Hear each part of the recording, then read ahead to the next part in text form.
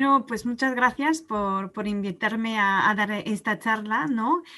Para la Semana de la Ciencia y de la Innovación de los proyectos Seres Plásticos y Salud Ambiental en la escuela.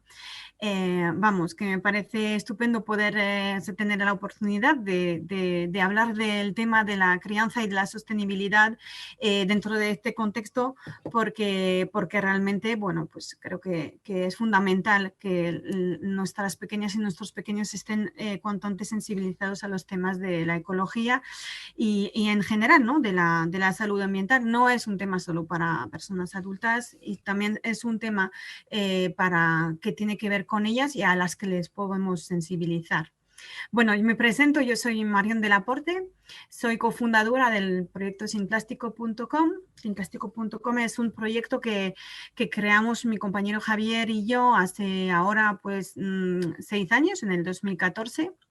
Y creamos este proyecto para un poquito sensibilizar y visibilizar el tema del consumo indiscriminado de plástico. El objetivo era militante, pero también era como muy práctico en el sentido de que nuestro objetivo era ayudar a las personas a reducir su consumo de plástico. Nosotras, él y yo, vivíamos así con nuestras familias respectivas.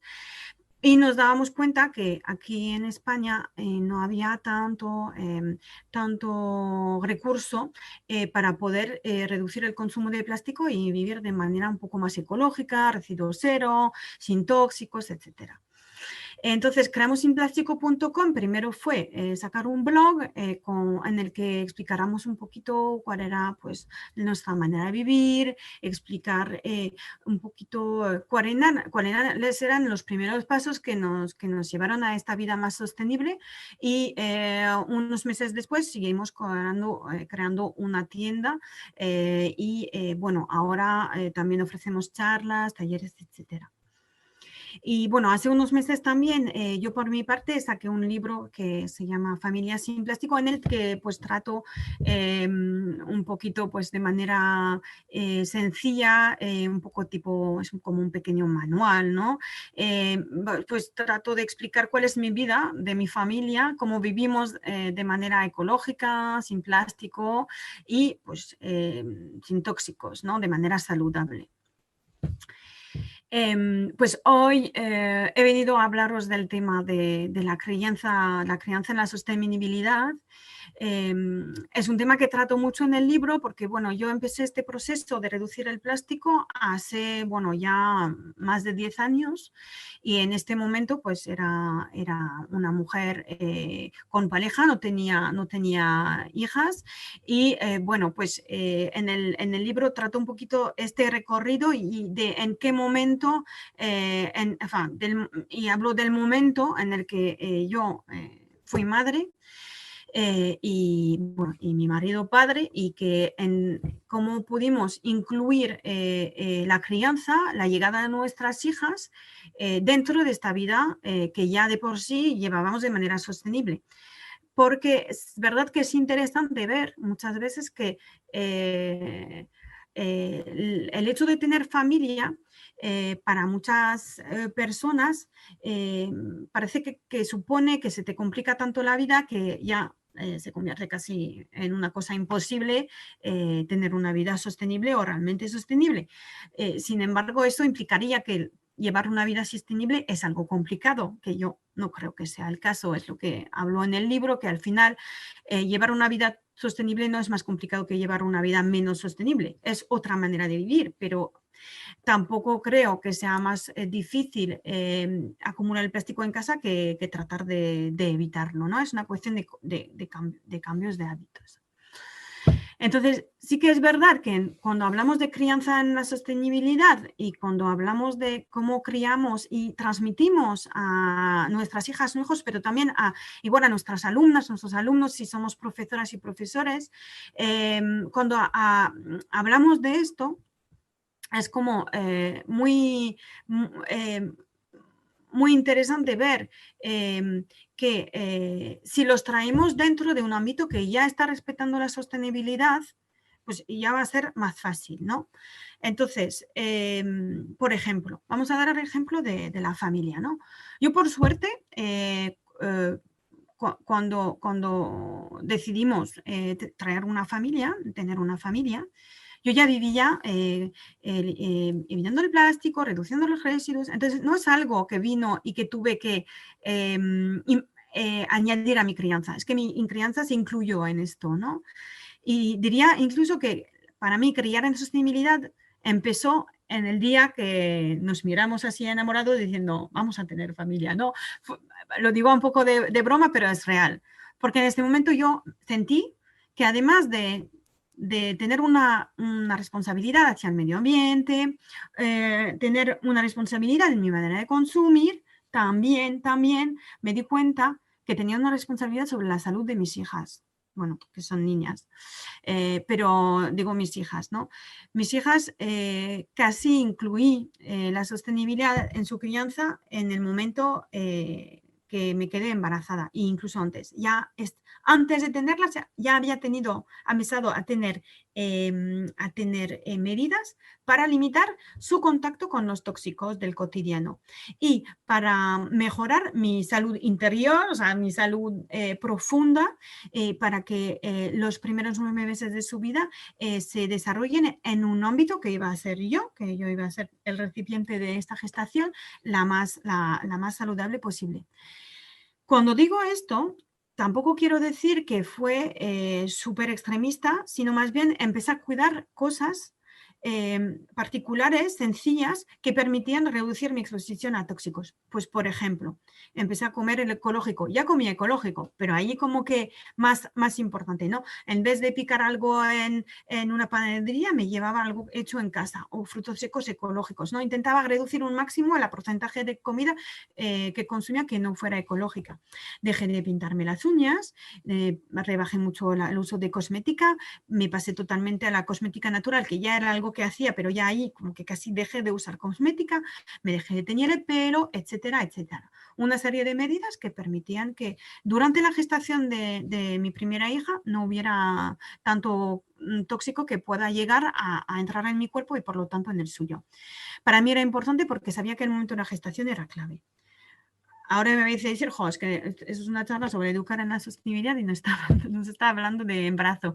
Pero yo creo que es importante porque ya dentro de nuestra mente teníamos fijados que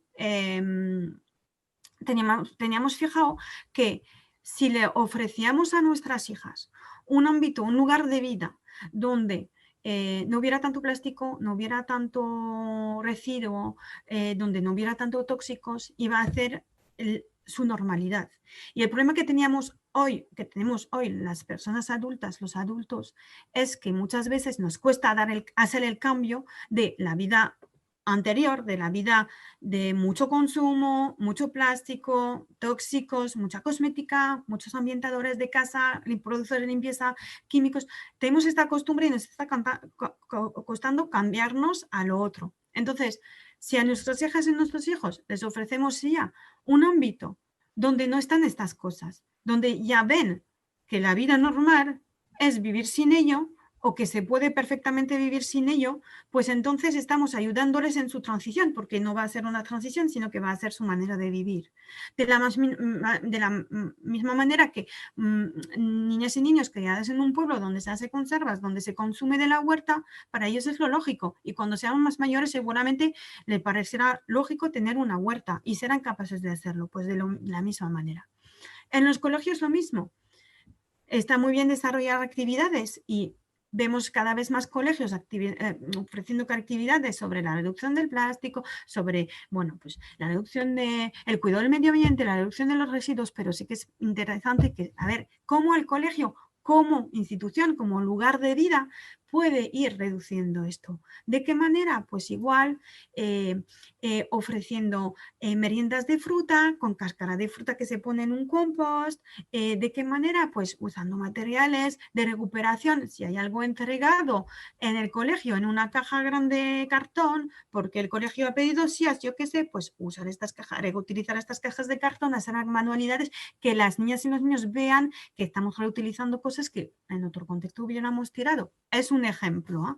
Pero siempre digo que en la crianza sostenible es mucho más fácil ir creando un ámbito, un entorno sostenible de consumo razonado y consciente y de menos plástico, y que vivan y se muevan ahí y entonces vayan aprendiendo de por sí viviendo, experimentando, que realmente de repente estar diciendo, mandando a leer un cuento o haciendo una charlita sobre reciclaje, pero justo después vamos todos al patio y estamos todos con unos yogures vivibles. Digo yogures vivibles como podría ser otras cosas, ¿vale? Entonces, eso yo creo que es muy importante. La primera parte es ofrecer un entorno en el que ellos vivan esta sostenibilidad. Luego, pues hay muchas cosas que podemos hacer en la crianza para criar de manera más sostenible. Primero, cuidar la alimentación. La alimentación y el momento de la comida es un momento muy importante para las niñas y los niños, y en muchas familias es un momento central, es el momento en el que nos sentamos, es el momento en el que estamos juntas, estamos juntos, hemos pasado el día fuera, a veces familias pues se ven solo en la cena o en el desayuno, o bueno, en el cena, el desayuno, y entonces es que este es el momento en el que, más allá de que vamos a poder hablar de temas y todo, es como muy interesante ver de qué manera el hecho de comer y lo que comemos, comer cosas cocinadas en casa, evitar cosas envasadas, intentar estar juntas, compartir momentos.